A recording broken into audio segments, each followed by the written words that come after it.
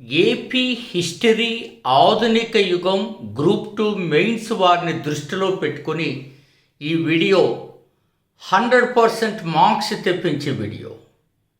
దీనికి నేను పెట్టిన శీర్షిక టైటిల్ ఎలా చదివితే ఎక్కడ చదివితే బిట్టు వస్తుందో చెప్పే వీడియో.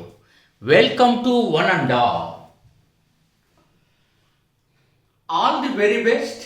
సో లాస్ట్ నైట్ నేను ఒక వీడియో చేశాను గ్రూప్ 2 వాయిదా గురించి, నిన్న జరిగిన పరిణామాలు. ఆ పరిణామాలు కొనసాగింపుగా ఈ రోజున కన్ఫర్మేషన్ అయిపోయింది. మ్యాక్సిమం ఇంకా అధికారిక ప్రకటన ఒకటి రావాల్సి ఉంది. మీరు నా ప్రీవియస్ వీడియోస్ అన్నీ చూడండి. ఏదైనా కన్ఫర్మేషన్ వస్తేనే నేను రెస్పాండ్ అవుతాను అనేది మీరు గమనించాలి. ఇంకేదైనా మనకు వచ్చిన ఇన్ఫర్మేషన్ తర్వాత అనూహ్యంగా కాన్సిక్వెన్సెస్ మారితే తప్ప మనకు వచ్చిన information right information and perfect information మీరు గమనించి ఉంటారు. లేకపోతే నేను సబ్జెక్ట్ వీడియోసే చేస్తాను. సో ఇప్పుడు మీకు టైం దొరుకుతుంది. సో మీరందరూ సంతోషం అనుకుంటాను. సో కాబట్టి నర్వస్ ఫీల్ అవ్వకుండా ఇక ముందైనా మన వీడియోస్ చూడండి. ఆ స్ట్రాటజీస్ వీడియోస్ చూసి చదవండి. ఒక నెలలో చదవాల్సింది 10 రోజుల్లో కంప్లీట్ చేసుకుంటారు. సో 25 సంవత్సరాల అనుభవం నాకు, 30 సంవత్సరాల అధ్యయనం. సో 3 దశాబ్దాల అధ్యయనం. Right my dear gentleman. So సబ్జెక్ట్లోకి వస్తున్నాం. వన్ మోర్ ఒక్క సెకండ్ నా మాట వినండి. మీకు లాస్ట్ టైం ఏపీ హిస్టరీ ప్రాచీన మధ్యయుగం వరకు 5 అంశాలు గట్టిగా నమ్ముకో తొక్క తీసేస్తామని ఒక వీడియో పెట్టాను. అంటే మంచి మార్క్స్ వస్తాయి. ఆ వీడియో చూడండి. 5 అంశాల పరిధిలోకి ఆ సబ్జెక్ట్ తెచ్చుకోండి. మిమ్మల్ని ఎవడైనా కలపెడితేప్పుడు నన్ను అడగండి, ఎవడు కొట్లాడు. ఇప్పుడు అలాంటి వీడియో చేయబోతున్నా. ఇది ఊరికి వీడియో చూసి వదిలేయకుండా శ్రీ మేఘన థింక్ ట్యాంక్ యాప్ డౌన్లోడ్ చేయండి. మీరు అందులో మీకు మొన్న ప్రాచీన మధ్యయుగం వరకు ఒక గ్రాండ్ టెస్ట్ పెట్టాం. అందరూ ఉచితంగా రాయండి. మంచి టెస్ట్. మీకు ఎప్పుడో అలాంటి సబ్జెక్టులు అలాంటి బిట్టు మీరు చూసి ఉండరు. చూసి ఉంటే మీరు మంచి ప్రిపరేషన్ అయినట్టే లెక్క. శ్రీ మేఘన థింక్ ట్యాంక్ విద్యార్థులు 50 బిట్లకి హైయెస్ట్ స్కోర్ 44 చేశాను. ప్రైవేట్ విద్యార్థులు 21, 22, 18, 19 చేశారు. ఇంక నెగిటివ్ తీసేస్తే ఎలా పోతుందో చూడాలి. మళ్ళీ మేము సబ్జెక్ట్ని డైవర్ట్ అవ్వలేదు. 100% సబ్జెక్టులోనే ఉంటూ ఇక్కడ ఖచ్చితంగా నిర్మోహమూటంగా నన్ను తిట్టుకుని ఒక మాట నేను చెప్తాను. టెస్ట్ రాయకపోతే కొత్త సబ్జెక్టు అంటే నీకు తెలియని ఏదైనా కొత్త కాన్సెప్ట్ వస్తే డ్యాష్లే ఇదేంటి బిట్టు డ్యాష్ బిట్టు మనం చదవాల్సిన అవసరం లేదనుకుంటే జగన్కి అయినటువంటి తీరే మీకు అవుతుంది. ఖచ్చితంగా చెప్పగలను నేను ఈ మాట. జగన్ కూడా ఇట్లనే డ్యాష్ అవుతుందనే 11కి వచ్చారు. మళ్ళీ నేను మీకు కూడా అదే హెచ్చరిస్తున్నా. అహంకారం కానీ చెప్పిన మాట వినకపోవడం కానీ జరిగితే Jagan is the best and finite example. Right now come to the point. ఆధునిక యుగము ఆంధ్రప్రదేశ్ హిస్టరీ అనేటువంటి దాంట్లో నేను తొక్క దిగిపోతున్నా. మీకు ఎక్కడెక్కడ అన్నది ఇది సబ్జెక్ట్ డిఫరెంట్. 5 అంశాల పరిధిలోకి తెచ్చేసుకొని చెప్పడానికి వీల్లేదు. ఇది ఏ కాన్సెప్ట్కి ఆ కాన్సెప్టే, ఏ చాప్టర్కి ఆ చాప్టర్ డిఫరెంట్. బట్ చదువుతూ ఉంటే హాయిగా మనకు పనసతోనాల నోట్లోకి వెళ్ళినట్టు వెళ్ళిపోతుంటుంది. చాలా ఈజీ సబ్జెక్ట్ ఇది. కానీ ఏంటి గోపాల్ రెడ్డి కానీ అని తిరగదీసావు? ఎందుకంటే మీరు హెడ్డింగ్లు చదివేసి ఊపుకుంటూ వెళ్ళిపోతే మళ్ళీ మనం అదే ఊపుకుంటూ వెనక్కి వచ్చేస్తాం. ఎందుకంట ఒక ఎగ్జాంపుల్ నేను చెప్తాను మీకు అందరికీ. ఈస్ట్ ఇండియా కంపెనీతో మీకు నిజాం అలీ ఖాన్ అంటే సైన్య సహకార ఒప్పందాన్ని కుదుర్చుకున్నారని మీకు తెలుసు. Subsidiary alliance scheme was first accepted by Hyderabad Nawab Nizam Nawab mister Ali Khan alias Nizam Ali Khan. కానీ ఇట్లా బిట్టు అడగడండి. నిజాం అలీ ఖాన్ మనకి 1798లో సబ్సిడరీ అలయన్స్ స్కీమ్ వస్తే ఆయన ఎప్పుడు అన్నది విచిత్రం ఏంటో తెలుసా? సంవత్సరం చదువుకుంటే నెల అడుగుతాడు, నెల అడిగితే తేదీ అడుగుతాడు. ఆ లెవెల్కి మీరు వచ్చేసారు. ఎందుకంటే ఇది గతంలో ఏమని అడిగేవాడు? సైన్య సహకార ఒప్పందాన్ని మొట్టమొదటిసారిగా ఆమోదించిన సంస్థానం ఏది అని అడిగాడు. ఆ తర్వాత స్టాండర్డ్ పెరిగే కొద్దీ ఆ యొక్క ఒప్పందము అనేటువంటి దానిపైన సంతకం చేసిన హైదరాబాద్ నవాబ్ ఎవరు అని అడిగారు. దాని తర్వాత ఇంకా స్టాండర్డ్ పెరిగే కొద్దీ 1798లో కదా సబ్సిడరీ అలయన్స్ స్కీమ్ వచ్చింది. కానీ తర్వాత సంవత్సరం అడిగాడు. ఇప్పుడు నా అంచనా కరెక్ట్ అయితే సంవత్సరంతో పాటు నెల అడుగుతాడు, డేట్ అడిగిన ఆశ్చర్యపోనక్కర్లేదు. మీరు ఆ వివరాల్లోకి రావాలి. సో ఇక్కడ నీట్గా మనం రాసాం చూడండి. మనం 25 పుస్తకాల నుంచి తీసుకొచ్చి బ్రషప్ చేసినటువంటిది ఆంధ్ర సాంఘిక చరిత్ర. అర్థమవుతుందండి. సో 30 సంవత్సరాల అధ్యయనము, హిస్టరీలో PhD కలిగిన వ్యక్తిగా నేను చెప్తున్నాను. నిరంతర అధ్యయనంతో ఆ బిట్ని ఇక్కడ వచ్చి 30 నుంచి 35 సమ్ టైమ్స్ 40 వరకు వెళ్ళిపోవచ్చు. ఆ బిట్ 100% తగ్గొట్టేయాలి మనం. మధ్యయుగంలో, ప్రాచీన యుగంలో మెలికి పెట్టేస్తాడు, తొక్క తీసేస్తాడు. ఉత్తరాంధ్ర భాషలో చెప్పాలంటే దూర తీర్చేస్తాడు. కాబట్టి ఆధునిక యుగంలోనే మీరు చదవాల్సి, ఎక్కువ మార్క్స్ తీసుకురావాలి. అంతేకాకుండా గ్రూప్ 2లో ఉన్న 2 పేపర్లు ఎక్కువ మార్కులు వచ్చేస్తాయని నాలాగా షోల్డర్లో ఇది చేస్తున్న వాళ్ళు ఎవరో తెలుసా? స్ట్రక్ చేస్తున్న వాళ్ళ చాలా మంది ఉన్నారు. ఏపీ హిస్టరీలో వచ్చేస్తాయి, మాకు 60-65 వచ్చేస్తాయనే. ఎవడు ఇచ్చేస్తున్నాడు మీకు 60-65 వచ్చేయడానికి? అట్లా రావు. దానికి తగ్గట్టు పరిశ్రమ చేయాలి. ఎలా చదవాలో తెలుసా? ఇందులో ఫస్ట్ ఆంధ్రదేశానికి యూరోపియన్ల రాక చదవాలి. వచ్చిన తర్వాత ఆ ఎదరు 4 వచ్చారు కదా, వాళ్ళు ఎక్కడెక్కడ స్థావరాలు ఏర్పాటు చేసుకున్నారో చదవండి. చదివిన తర్వాత మన ఫోకస్ అంతా ఆంగ్లేయుల పైన ఉండాలి. వై బికాస్ వాళ్ళే మన ప్లేయర్స్ కాబట్టి. అందులో ఫస్ట్ వాడు మచిలీపట్నాన్ని ఎంచుకున్నాడు కదా, నువ్వు ఎందుకు చదవాలి? ఆంగ్లేయులు మచిలీపట్నాన్ని తమ తొలి స్థావరంగా ఎందుకు ఎంచుకున్నారు? సెకండ్, ఆంగ్లేయులు మచిలీపట్నాన్ని ఎందుకు వదిలేసి వెళ్ళిపోయారు? అది కూడా జరిగింది. ఆ తర్వాత ఆంగ్లేయులు వెళ్ళిపోతే అయ్యా మీరు రండి, మీరు అట్లా వెళ్ళిపోకుండా అని చెప్పిన గోల్కొండ నవాబు ఎవరు? అది ఆ 3 కాన్సెప్ట్స్ చదివిన వాడు ఏపీ హిస్టరీలో రైట్గా ఉంటాడు. ఈ టాపిక్ వరకు అందుకనే ఎలా చదివితే, ఎక్కడ చదివితే, అందుకే ఆ 2 అంశాలపైన నేను ఫోకస్ చేస్తున్నాను. మీరు ఫస్ట్ గమనించాలి, మన నెక్స్ట్ లెవెల్ మెంటర్షిప్లో భారతదేశంలో ఎక్కడా లేని ఫ్యూచర్. మార్క్ మై వర్డ్, భారతదేశంలో ఒక యాప్లో ఒక టాపిక్ ఇచ్చి అందులో ఎక్కడ బిట్ వస్తుంది, ఇలా వస్తుంది, ఈ లైన్ చదవండి, ఇక్కడ ఇన్ఫర్మేషన్ మీరు దృష్టి పెట్టుకోవాలా అని నేరుగా కంటెంట్ ఉంటుందండి. దానివల్ల మీకు అటు సబ్జెక్ట్ ఏం చదవాలో తెలుస్తుంది, ఎంతవరకు చదవాలో తెలుస్తుంది. రివిజన్ చేసేటప్పుడు ఫాస్ట్గా 1 డేలో ఒక సబ్జెక్ట్ రివిజన్ చేయగలరు. అది డెమో మీరు అందరికీ ఫ్రీగా ఇస్తారు.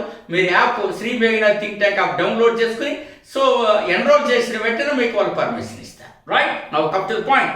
నేను ఇట్లా రాసాను చూడండి. ఇక్కడ ఈ పేజీలో నేను చెప్పిన 3 పాయింట్లు మీకు రాయడం జరిగింది.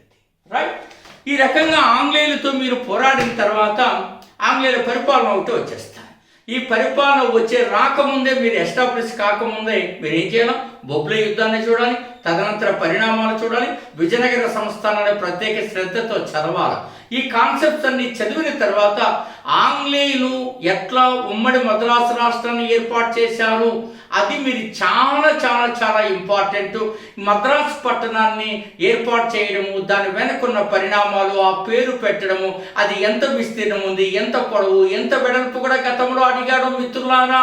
ఎన్ని సంవత్సరాల గ్రాంట్? 2 సంవత్సరాల, 99 సంవత్సరాల, 10 సంవత్సరాల, 15 సంవత్సరాల, ఎలా జరిగిందో కూడా అడిగాడు. అంతేకాకుండా ఫ్రాన్సిస్ డే వెంట వచ్చినటువంటి మరొక ఆంగ్లేయులు కూడా అడిగారు. ఆ ఇద్దరు ఎదవలో వచ్చి మద్రాసు నగరానికి నామకరణం చేసి మద్రాసును తమ స్థావరంగా ఎంచుకుని దక్షిణ భారతదేశంలో ఆంగ్లేయులు బ్రిటిష్ యొక్క పాలనకు నాంది పలికినటువంటి దౌర్భాగ్య, దారుణ, దాకృత్య, ఈ దరిద్ర పాలన అస్తవ్యస్త పరిస్థితులన్నింటినీ కూడా మనం చదవాల్సిన అవసరం ఉన్నది. వారు తీసుకున్న పాలసీస్ వల్ల ఆంధ్రులమైన మనం ఎంత క్షోభకు గురయ్యామో చదవాలి. నరసాపురం వద్ద ఉన్న నౌకా పరిశ్రమ మూసేస్తే దానిపైన ఆధారపడినటువంటి 100లాది కుటుంబాలు దిక్కుతోచిన పరిస్థితులకి వెళ్ళిపోతే, అదే సమయంలో కరువు వస్తే, కాటకాలు వస్తే, ఆ కరువు కాటకాల్లో లార్డ్ వెలస్లీ వాడికి వెళ్ళి అడిగితే ఏమన్నాడో తెలుసా? కరువు రానియండి, ఎంతమంది చచ్చిపోతే చచ్చిపోయిన తర్వాత రండి, మిగిలిన వాళ్ళకి ఏదైనా చేద్దాం అన్నటువంటి కండకావరపు మాటలు పలికినటువంటి తీరు మనం చూసాం ఈ ఆంధ్ర రాష్ట్రంలో. అందుకని ఇరిగేషన్ స్కీమ్స్ స్టార్ట్ చేసిన తర్వాత కాటన్ చేసిన కృషి, దాని యొక్క వివరాలను చాలా పర్టికులర్గా మీరు చదవాలా. నేను మెడ్రాస్ ఆర్కైవ్ నుంచి తీసి అవన్నీ కూడా తయారు చేయడం జరిగింది మిత్రులారా. సో కాబట్టి మీరు ఇవి ఫైన్గా మీరు చదవాలా. ఆ తర్వాత సంస్కరణ ఉద్యమంలో కూడా కొత్త అంశాల వైపు మీరు వెళ్ళాలి. కందుకూరి అనగానే పత్రికలు ఆయన తీసుకొచ్చిన ఉద్యమాలు, పెళ్లిళ్ళు, వితంతువులు, ఈ సోల్ ఇంకా రాదు. కొత్త కోణంలో మీరు వెళ్ళాల్సిన అవసరం ఉంటుంది. అట్లే కాకుండా ఈ యొక్క బ్రిటిష్ పాలన ఆంధ్రలో ఇంత దారుణంగా ఉందని చెప్పి వచ్చినటువంటి పాలనాపరమైన తిరుగుబాట్లు, అటవీపరమైనటువంటి తిరుగుబాట్లు ఖచ్చితంగా మీరు చదవాల్సి ఉంటుంది. అవి చదివిన తర్వాత మీరు ఈ యొక్క ఆంధ్రదేశంలో జరిగిన మనకి జాతీయోద్యమ సంఘటనలన్నీ ఏం చదవాలా? వందే మాతరం ఉద్యమం దేశంలో కూడా ఎక్కడ జరగాలి, ఆంధ్రలో జరిగినట్టు. మార్క్ మై ఓన్, బెంగాల్లో కూడా జరగలేదని నేను ఖచ్చితంగా నిరూపించగలను. అంత ఫైర్గా వాడవాడలా, మూలలా, నలు దిశలా, నలు చెరుగులా ఈ ఒక్క ఫైర్ తోటి జాతీయ స్థాయిలో కథన రంగం పైన ఆంధ్రులు కథము తొక్కితే వందే మాత్రం అనేటువంటి ఆ యొక్క నినాదం ఈ యొక్క జాతీయ నాయకుల గుండెను నేరుగా తాకినది. వందే మాతరం ఉద్యమంలో, బెంగాల్ విభజన వ్యతిరేక ఉద్యమంలో, స్వదేశీ ఉద్యమంలో మనము చేసినటువంటి పాత్ర, చేసినటువంటి కృషి శ్లాఘనీయమైనది, ఎప్పటికీ మర్చిపోలేనిది. అది చదివిన తర్వాత సహాయ నిరాకరణ ఉద్యమము, దాని యొక్క సంఘటనలు మీరు వెళ్ళగానే మళ్ళీ పన్నుల నిరాకరణ ఉద్యమము, పెదనందిపాడు, ఈ పల్నాడు పుల్లరి ఉద్యమం, ఈ సొల్లు చదవబాకండి. అందులో లోతుగా వెళ్ళాలా. అట్లా ఆల్రెడీ అది 2016 నుంచి అడగడం స్టార్ట్ అయిపోయింది. ఎక్కడైనా నా పదాలు మిమ్మల్ని బాధిస్తే ముందుగానే నేను మీకు సారీ చెప్తున్నాను. Right now come to the point. So ఇవన్నీ పూర్తయిన తర్వాత ఉప్పు సత్యాగ్రహ ఉద్యమానికి రండి. గోదావరి జిల్లాలో చూడండి, రాయలసీమ జిల్లాలో ఏం జరిగిందో చూడండి. ఆ తర్వాత పరిణామాలు ఆంధ్రోద్యమానికి ఎట్లా దారితీసాయి, విశాలాంధ్ర ఉద్యమానికి ఎలా దారితీసాయి, చారిత్రక సంఘటనలు, వీటిపైన చాలా లోతుగా జరగాలి. లాస్ట్ టైం అడిగారు కదా, ఆంధ్ర మహాసభల్లో తీసుకున్న నిర్ణయాల పైన, ప్రతిపాదనల పైన బిట్లు అడుగుతాను. అంటే పలానా ప్రతిపాదన ఎవరు సమర్థించారో, ఎవరు వ్యతిరేకించారో, ఎవరి అభిప్రాయం, అట్లా చదవాలా. అప్పుడు మీరు సక్సెస్ అవుతారు, ఖచ్చితంగా మీరు ముందుకెళ్తారు. రైట్ మిత్రమా, ఈ స్ట్రాటజీని మీరు తప్పనిసరిగా ఫాలో అవ్వాలి. ఏం చేయాలి సార్? ఫస్ట్ ఆంధ్రలోకి వచ్చినటువంటి వాళ్ళందరినీ మీరు తీసుకురావాలి, వారి స్థావరాలను చదవాలి, తర్వాత బొబ్బులి యుద్ధం, తదనంతర పరిణామం, తర్వాత విజయనగర సంస్థానం ప్రత్యేక దృష్టితో చదవాలి, తర్వాత ఆంధ్రలో కంపెనీ పరిపాలన ఎస్టాబ్లిష్ చేయాలా, ఉమ్మడి మద్రాసు రాష్ట్రాన్ని ఏర్పాటు చేయాలి. ఏర్పాటు చేసిన తర్వాత ఎదవలు తీసుకొచ్చిన పరిశ్రమలు, మూసేసిన పరిశ్రమలు, నాశనం చేసిన పరిస్థితులను అధ్యయనం చేయాలి. ఆ తర్వాత మనలో ఆకలి కేకలు వస్తాయి, కరువు కరాలు నృత్యం చేస్తుంది. ఈ పరిస్థితులు అన్నింటిపైన మనం ఒక నివేదికను సిద్ధం చేసుకోవాలా. తదనంతరం కాటన్ చర్యల గురించి చదవాలి, సాగునీటి ప్రాజెక్టు గురించి చదవాలి. ఇవి చదివిన తర్వాత సమాజాన్ని మార్పు చేయడానికి అనేక మంది సంఘ సంస్కృతులు బయలుదేరారు. వారిలో కొత్త కోణాన్ని చదవాలి. అందులో మీరు చదివిన తర్వాత మీరు ఆ తర్వాత విప్లవ తిరుగుబాట్లు వస్తాయి. అవి పాలనా పరంగా వస్తాయి, అటవీ చట్టాలకు వ్యతిరేకంగా వస్తాయి, బ్రిటిష్ అధికారుల యొక్క దారుణ దురాగత దాకృత్యులకు వ్యతిరేకంగా వస్తాయి. వాటిని కూడా మీరు చదవాల్సి ఉంటారు. అవి చదివిన తర్వాత ఇక మీరు స్వదేశీ ఉద్యమం, సహాయ నిరాకరణ ఉద్యమం, ఉప్పు సత్యాగ్రహ ఉద్యమం, ఈ సంఘటనలన్నింటినీ ఆంధ్రదేశంలో చదవాలా. చదివేటప్పుడు ప్రముఖ నాయకులు, వారు రాసిన గ్రంథాలు, వారు తీసుకొచ్చిన పత్రికలు, ఆ పత్రిక ఏ నగరం నుంచి వెలువడుతుంది, ఏ భాషలో వెలువడుతుంది, ఏమి రాసిన కంటెంట్, అందులో ఆ పత్రికలకు వ్యతిరేకంగా బ్రిటిష్ ప్రభుత్వం పెట్టిన రాజద్రోహం కేసులు ఏవి అనేటువంటివి కూడా మీరు తప్పనిసరిగా చదవాల్సి ఉంటారు. ముఖ్యంగా కాకినాడ సంఘటనలో, రాజమండ్రి సంఘటనలో గట్టిగా కూడా మనం చదవాల్సి ఉంటారు. ఇవన్నీ చదివిన తరువాత మీరు ఏం చేయాల్సి వస్తుందంటే, ఇక ఆంధ్రోద్యమానికి దారితీసిన పరిస్థితులన్నింటినీ చదవాలా. ఆంధ్రోద్యమాలు చదివేటప్పుడు ప్రతి ఆంధ్ర మహాసభ తీసుకున్న నిర్ణయాలు, సమర్థించిన నాయకులు, వ్యతిరేకించిన నాయకులు, వెలువడిన ఫలితాలు తప్పనిసరిగా మీరు చదవాల్సి వస్తుంది. అదైన తర్వాత విశాలాంధ్ర ఉద్యమానికి దారి తీయడం, ఆ సంఘటనలు మీరు తప్పనిసరిగా చదవాల్సి వస్తారు. ఆ తర్వాత చారిత్రక సంఘటనలు, ప్రతి ఒక్క రాష్ట్రంలో ఏం జరిగాయి, ఏ ముఖ్యమంత్రి కాలంలో ఏ నిర్ణయాలు వెలువడ్డాయి అనేది తప్పనిసరిగా మీరు నిర్ణయాలు తీసుకోవాల్సి ఉంటుంది. ఇది ఆధునిక ఆంధ్రయుగం ఏపీ హిస్టరీ. 25 పుస్తకాలు అధ్యయనం చేసి రాసిన వ్యక్తిగా మీకు ఈ రకంగా చెప్పగలిగాను. మీరు ఖచ్చితంగా చేయండి. మనం 80 పుస్తకాలు తీసుకుని 15 రోజుల్లోనే మిత్రులారా ఒక్కో సబ్జెక్టు మన వద్ద ఇప్పుడు టోటల్ కోర్స్ అందుబాటులో ఉంది, సింగిల్ సబ్జెక్టులు అందుబాటులో ఉన్నాయి. ఒక్కొక్క సబ్జెక్టుని 70 మార్కులు 15 రోజుల్లో ధైర్యంగా నేను చదివించగలను, మంచి మార్క్స్ తెప్పించగలను. అంత కృషి జరిగింది. ఎందుకు? ఇలాంటి పుస్తకాలు తయారయ్యే సైన్స్ అండ్ టెక్నాలజీ ఈ ఆంధ్ర రాష్ట్రంలో అత్యున్నత ప్రమాణాలతో తయారైనది. అట్లాగే భారత రాజ్యాంగం, ఎకానమీ మీకు ఆల్రెడీ చూపించారు. సో ఇట్లా మీకు సింగిల్ సబ్జెక్టులు, నెక్స్ట్ లెవెల్ మెంటార్షిప్ కోర్స్ ఇందాక చెప్పాను. తర్వాత టెస్ట్ సిరీస్ ఏపీపీఎస్సీ యూపీఎస్సీ లాగా ఎక్కడైతే టెస్ట్ రాస్తాడో వాడు ఖచ్చితంగా సక్సెస్ అవుతాడు. టెస్ట్ అనుకునేవాడు మంచిది. ఊరికే పుస్తకాలు పట్టుకొని చదివేస్తుంటే సుఖము ఉండదు. ఓకేనా?